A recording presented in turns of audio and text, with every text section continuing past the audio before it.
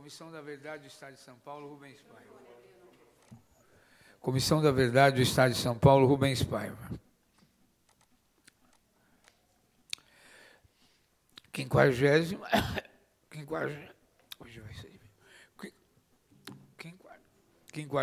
audiência pública, 18 de julho de 2013, instalação da Comissão da 50ª audiência pública da Comissão da Verdade do Estado de São Paulo, Rubens Paiva. 18 de julho de 2013, Assembleia Legislativa do Estado de São Paulo. Plenário, Teotônio Vilela, para a oitiva de depoimento sobre o caso Ronaldo Monte Queiroz. Formação da mesa. Aqui à minha direita, João Jerônimo, geólogo João Jerônimo, colega de Ronaldo Monte Queiroz. Job de Jesus Batista, uma turma antes do Queiroz, mas conviveu com ele na escola boa parte do tempo. E Amado Mota, geólogo, companheiro de turma de Ronaldo Monte Queiroz. Então, passemos à leitura do memorial Ronaldo Monte Queiroz. Com a Vivian, fazer a leitura do memorial Ronaldo Monte Queiroz. Bom dia, meu nome é Ricardo Kobayashi, vou fazer a leitura do memorial do Ronaldo Monte Queiroz. Ronaldo Monte Queiroz, morto em 6 de abril de 1973. Nasceu em 18 de dezembro de 1947, em São Paulo, capital. Era militante da Ação Libertadora Nacional, ALN. Ronaldo Monte Queiroz, filho de Álvaro Dávila Queiroz e Elza Monte Queiroz, começou a trabalhar aos 13 anos de idade, quando fiscalizava propagandas de rádio para uma empresa. Ao entrar no curso de Geologia da Universidade de São Paulo, começou a dar aulas em cursinhos pré-vestibulares e, logo depois, passou a trabalhar na USP. Dotado de extremo bom humor, adotou o pseudônimo de McCoy e com ele publicava jornais de humor, tanto no colegial como na universidade, quando suas piadas passaram a ter caráter político. Foi presidente do Diretório Central dos Estudantes da USP durante a gestão de 1970-1971. Participou de vários comícios relâmpagos em praça pública contra a ditadura, sendo, depois, obrigado a viver na clandestinidade quando passou a adotar o pseudônimo Papa. Estava ligado à ALN desde 1969. Trabalhou para manter a articulação entre os diretórios e centros acadêmicos na universidade, preparando publicações, organizando campanhas, apresentações artísticas e a recepção dos calouros.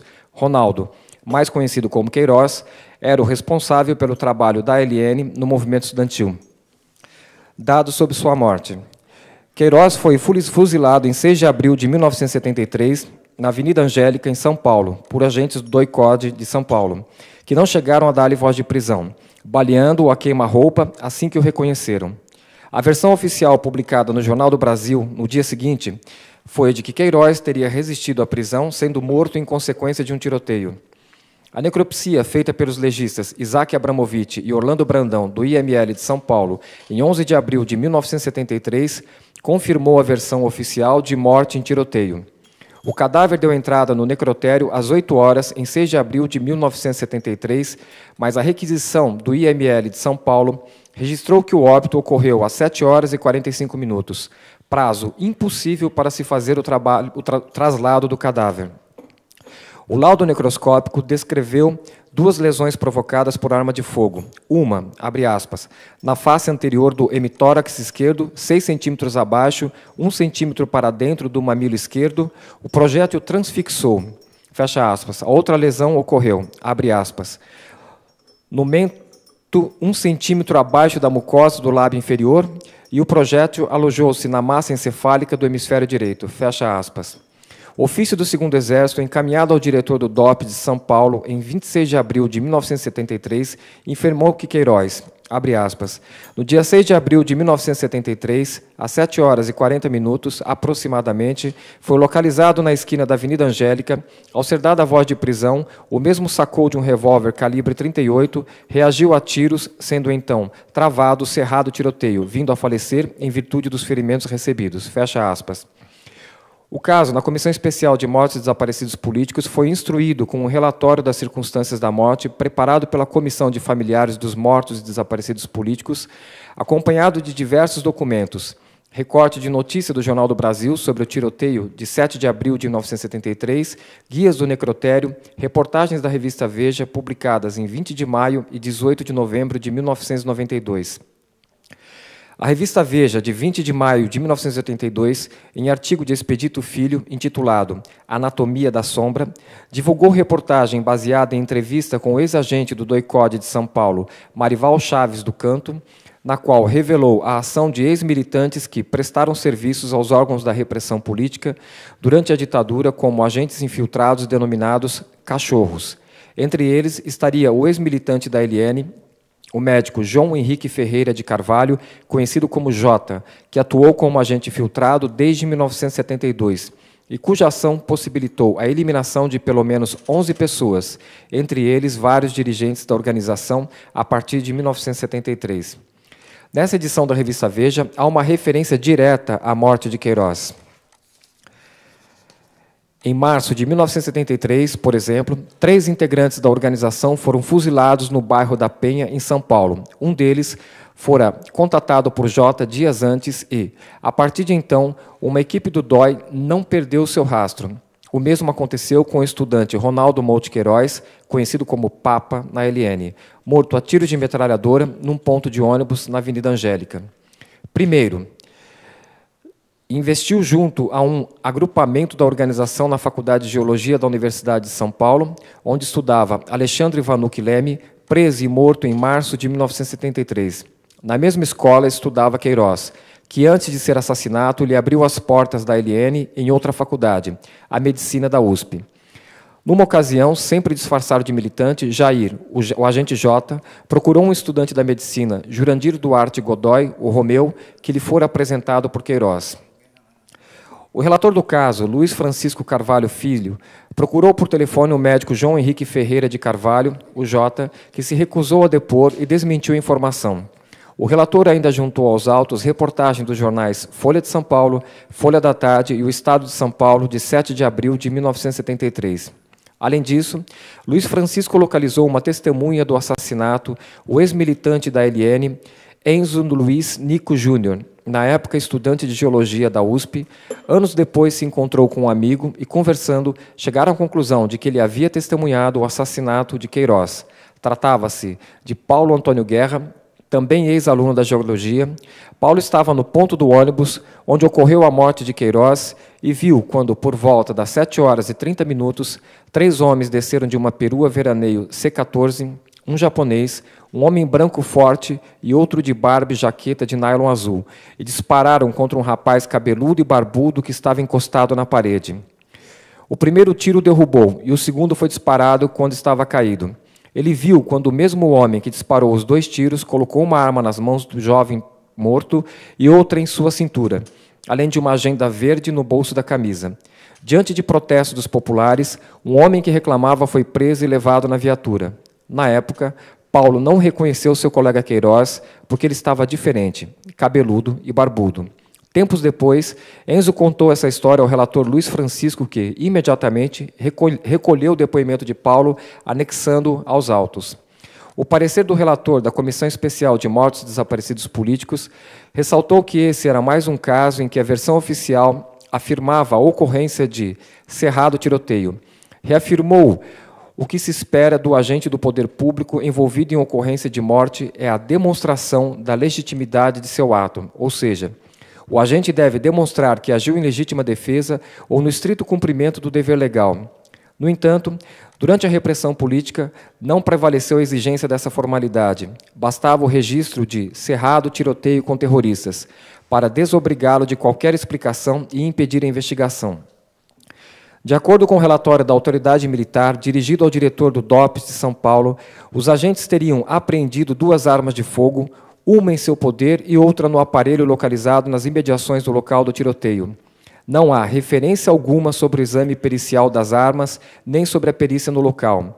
Também não foi encontrada a foto do cadáver, cuja requisição é automática nesses casos. O fato é que não se sabe quantos e quais foram os agentes envolvidos no tiroteio. Não se sabe quantos tiros Ronaldo Mouto Queiroz desferiu e se provocou dano. As mãos da vítima não foram examinadas. O relator concluiu que não há prova sólida e convincente de que a versão oficial seja verdadeira. Por outro lado, sempre existiu o sentimento de que ela é falsa. Pelos registros oficiais, o estudante deu entrada no necrotério apenas 15 minutos depois de ser atingido. A requisição do exame foi preenchida com seu nome verdadeiro, embora a imprensa tenha informado que ele usava documento falso com o nome de Gandhi Ferreira da Silva. E a testemunha, localizada 23 anos depois, disse ter presenciado o assassinato de um homem no mesmo local e data, depois associado a Ronaldo. Segundo o relator, no balanço das evidências contidas nos autos, prevalece o sentimento de que Ronaldo foi executado. Não há prova do suposto cerrado tiroteio. O depoimento da testemunha é convincente e harmoniza-se com a versão da requerente. O fato de a morte ter ocorrido em via pública não impede o reconhecimento legal. O dever dos agentes de segurança é deter o infrator, não executá-lo friamente. Poderiam prendê-lo, mas não o fizeram. Na Comissão Especial de Mortes e Desaparecidos Políticos, o caso 330/96 foi aprovado por 5 votos a favor e 2 contra, o de Paulo Gustavo Gonê Branco e o do general Oswaldo Pereira Gomes, em 10 de abril de 1997. Em sua homenagem, a cidade de Belo Horizonte deu seu nome a uma rua no bairro do Tirol.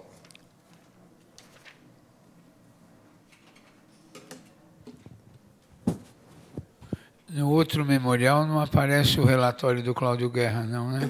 Não. O depoimento do Cláudio Guerra não aparece? Achou?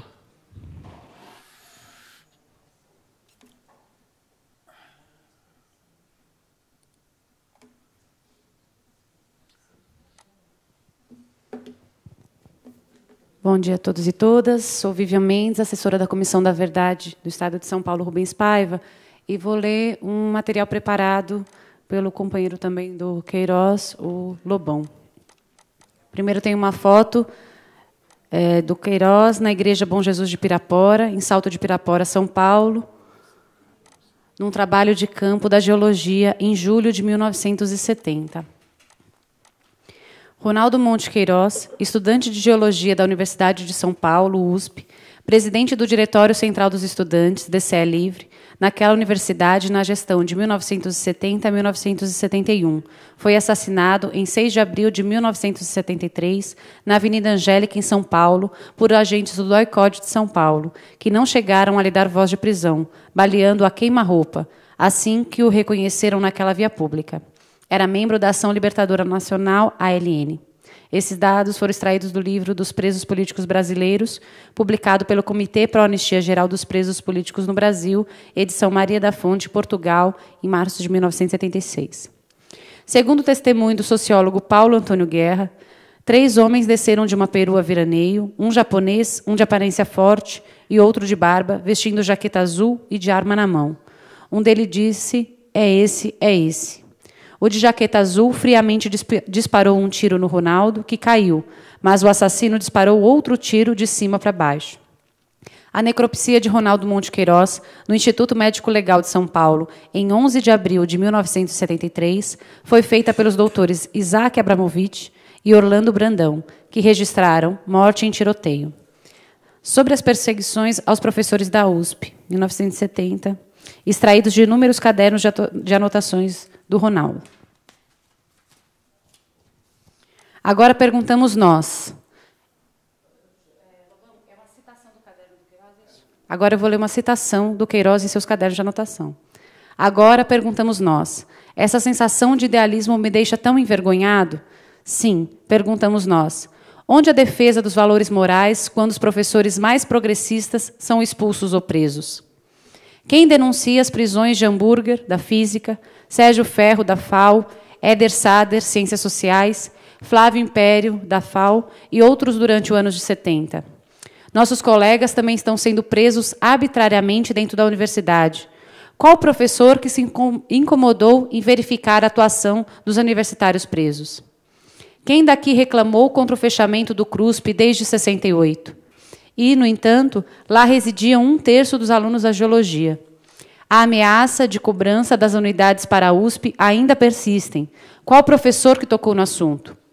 A moral que se nos apresenta se esconde atrás do Decreto 477 e da Lei de Segurança Nacional. Estas são as armas de indivíduos que, em tempos mais liberais, ocultavam-se atrás da demagogia e do paternalismo. Agora, algumas manchetes e notícias de periódicos do futuro imaginadas por Queiroz. Essas informações foram extraídas também de seus cadernos de anotação. 1975, do Depois de Amanhã. Estudantes contra a internacionalização do Sul e de Minas Gerais. 1978, do Próxima Semana. Militarização do ensino.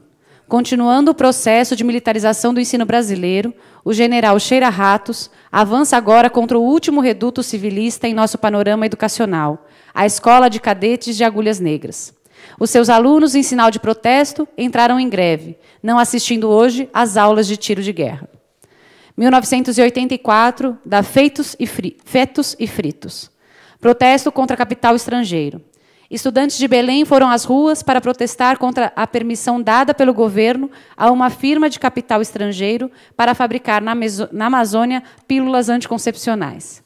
Denunciaram a falta de base legal dessa concessão, pois, segundo a Constituição de 83, de agosto, os processos de limitação de natalidade são de alçada da Abortobras.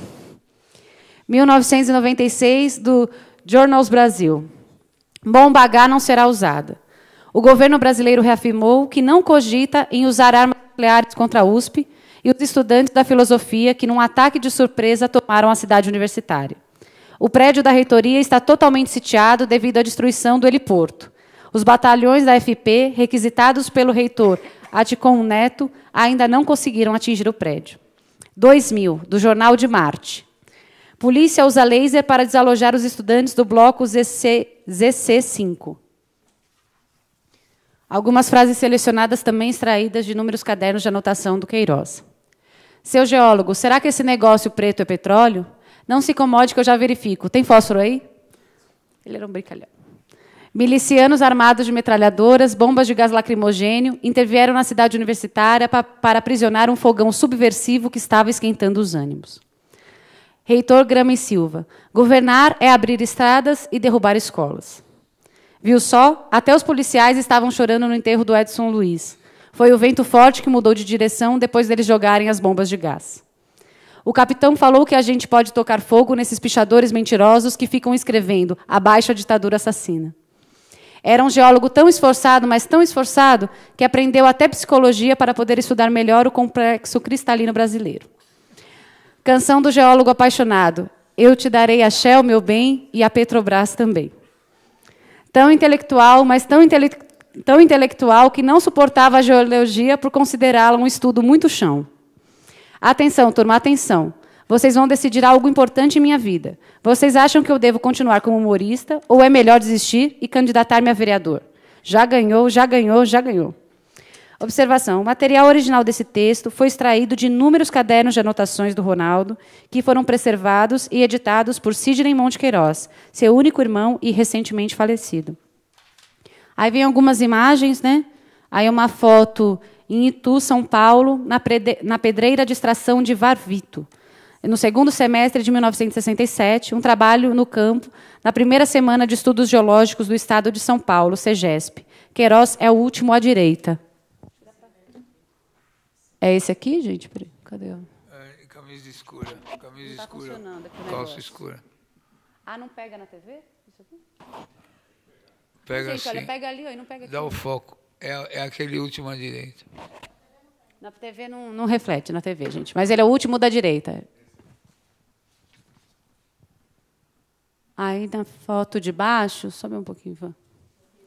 Aí a Igreja Bom Jesus de Matozinho, em Congonhas, Minas Gerais, em 1970. Queiroz é o segundo, da segunda fila sentada, de baixo para cima, e está com chapéu. Essa foto é do acervo do geólogo João Jerônimo. Não funciona. Não funciona. Não funciona, vai com o mouse. Tudo bem, vai em frente. Acho que é esse aqui, né? É isso aí. Esse aqui. Aí é certo.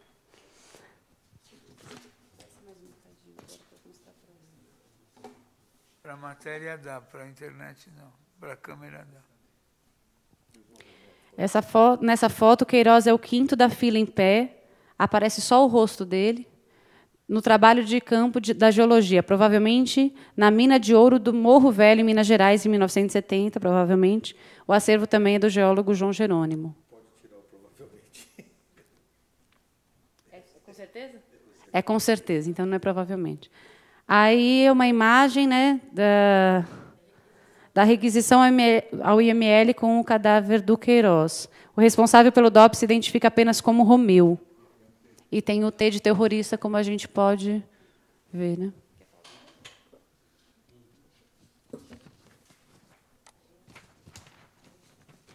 Essa última foto é do Sidney Monte Queiroz, irmão, ao lado do IP amarelo, em frente à geologia da USP, plantado pelos colegas de Ronaldo, e a placa registrando o evento, no começo de 2003. É isso.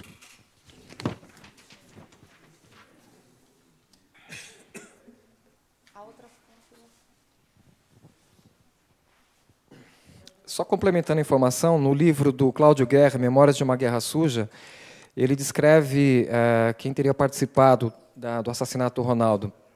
Segundo o livro, em abril de 1973, o sargento Jair, o tenente da PM... E cobrei com um pouco mais de... Devagar. E mais direcionado, porque senão não grava. Em abril de 1973, o sargento Jair, o tenente da PM Paulo Jorge, PJ, fininho, o policial civil Ademar Augusto de Oliveira, da equipe de Sérgio Fleury e Cláudio Guerra mataram Ronaldo Monte Queiroz, da ALN. No mesmo mês, Fred Perdigão convocou Cláudio Guerra para simular que Merival Araújo, da ALN, havia sido morto numa troca de tiros com as forças do governo. Recuperou a foto do João Jerônimo? Achou? Escaneou.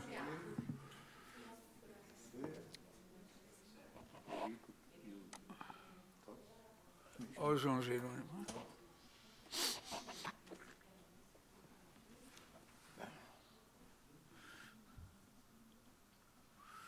João, depois se você identifica nas fotos que você mandar, os outros faz a sequência, para a gente dar o crédito. Podemos começar? Vamos lá? Bom, então vamos começar a tomar os depoimentos dos companheiros que estão aqui na mesa. O primeiro depoimento vai ser do companheiro geólogo, presidente da Associação Brasileira de Geologia, atualmente, Geologia e Engenharia e Geologia Ambiental, João Jerônimo Monticelli. Então, com a palavra, João Jerônimo. Bom dia a todos. Agradeço a oportunidade de estar aqui presente. E eu vou falar algumas coisas inicialmente, e deixar a palavra para os meus colegas que estão aqui, colegas de turma, o Job e o Amado. Também, acho que, não sei se o Lobão também quiser falar. Nós todos fomos colegas de escola e, na geologia, sempre teve acho que desde 64, não sei muito antes, uma forte participação política no movimento estudantil.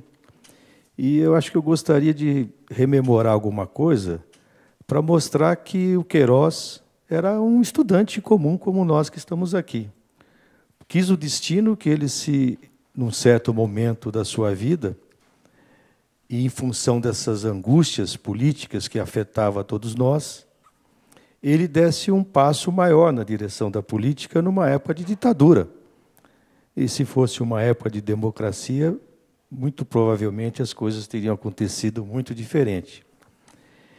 Então, eu fui morador do CRUSP, na época, junto com o Job, no mesmo apartamento aqui do colega Job, em 68. Temos toda uma história dessa época muito importante para o país, tudo. E, nessa época, de 68 a 71, que nós tivemos na escola, foi uma época sempre entre estudar e fazer certas atividades políticas. Eu tive o privilégio, aí, como vocês podem ver nessa foto, do Queiroz quase sempre escolher ou participar de grupos de trabalho na escola que eu estava presente. Então, o trabalho de campo, para ter ideia, foram, acho que 15 dias ou 20 dias, em que esse grupo com o professor, são 5 estudantes e um professor, nós ficávamos fazendo um mapeamento geológico nessa região próxima a Sorocaba. Então, você imagina o que é um convívio de pessoas durante 15, 20 dias juntos. Acho que a gente tinha folga, não sei se era no sábado, domingo, ou só domingo, que o Amado ia jogar baralho, eu gostava muito de jogar baralho, nunca esqueci dessa época aí dos jogos nossos de baralho. Enfim, e o Queiroz, então, e vocês estão vendo as outras fotos, participava e participou de todos os trabalhos de campo, de toda a vida estudantil. Isso que me marcou muito quando eu recebi, eu já estava em Ilha Solteira trabalhando, quando eu recebi a triste notícia que ele tinha sido morto. Então, o meu depoimento assim é que ele era mais um estudante, e que, nessa angústia de lutar contra a ditadura, acabou entrando, então, no movimento armado, pode-se dizer, contra a ditadura, porque ele via que era a única saída, e a sua angústia era muito mais intensa do que as outras nossas que estamos aqui hoje, né? Queiroz gostava da geologia, como nós gostamos, foi um curso maravilhoso. Aqui está o deputado Adriano Diogo, que pode confirmar isso, é um curso maravilhoso. E que as pessoas que conviveram nessa época sabem muito bem a dificuldade que teve, acho que Adriano, dificuldade que teve mais, então, foi muito mais para frente outros colegas, que foram citados, inclusive aqui, o Enzo, o Queiroz, o Alexandre Vanucchi, a vontade de ver a volta do país à democracia. E mais ainda, eu quando vi agora o depoimento, o pessoal lendo e falando sobre a atuação da polícia, a gente tem que lamentar, porque a polícia nossa continua herdando todos aqueles males da ditadura até hoje. Então, parece que as coisas passaram, mas estão embaixo do tapete, muita coisa escondidas. Então, eu acho, Adriano, deputado e colega, que nós estamos iniciando um trabalho em prol de uma polícia e de um sistema de segurança que tem que ser mudado, tem que se voltar a ter um comportamento mais democrático, né? Eu queria dizer assim que eu lembrei aí, o Queiroz foi presidente do DCE em 70, 71, numa época muito difícil. Eu me lembro bem que eu me envolvi com o DCE, fui candidato a um cargo no Conselho Universitário na época, que foi um arranjo político que o DCE fez e o que Queiroz liderou naquela época. E eu me lembro muito bem a dificuldade que tinha de se fazer reuniões organizadas por estudante. E a dificuldade era tão grande, o medo era tão grande de se fazer qualquer assembleia, reunião, e nós conseguimos fazer uma reunião, que eu até escrevi aqui para a Melinha, que foi na FAO trazer um trio de câmara de música clássica de Capivari, que se apresentou e foi promovido pelo DCE. Tinha muita gente no auditório, mas aí o pessoal da FAO falou assim, pode ter certeza, metade são policiais que estão aqui investigando. Depois nós passamos por um outro processo também de discussão, na época do DCE, quando teve o jogo Brasil-Uruguai, na Copa de 70, e que ficamos naquela série de angústia que todo o movimento estudantil, toda a esquerda passou, torce para o Brasil, não torce para o Brasil, e nós resolvemos, eu quero contar isso daqui, porque eu fiquei encarregado de montar na geografia televisões, aparelho de TV, para a gente assistir o jogo. E fizemos alguns cartazes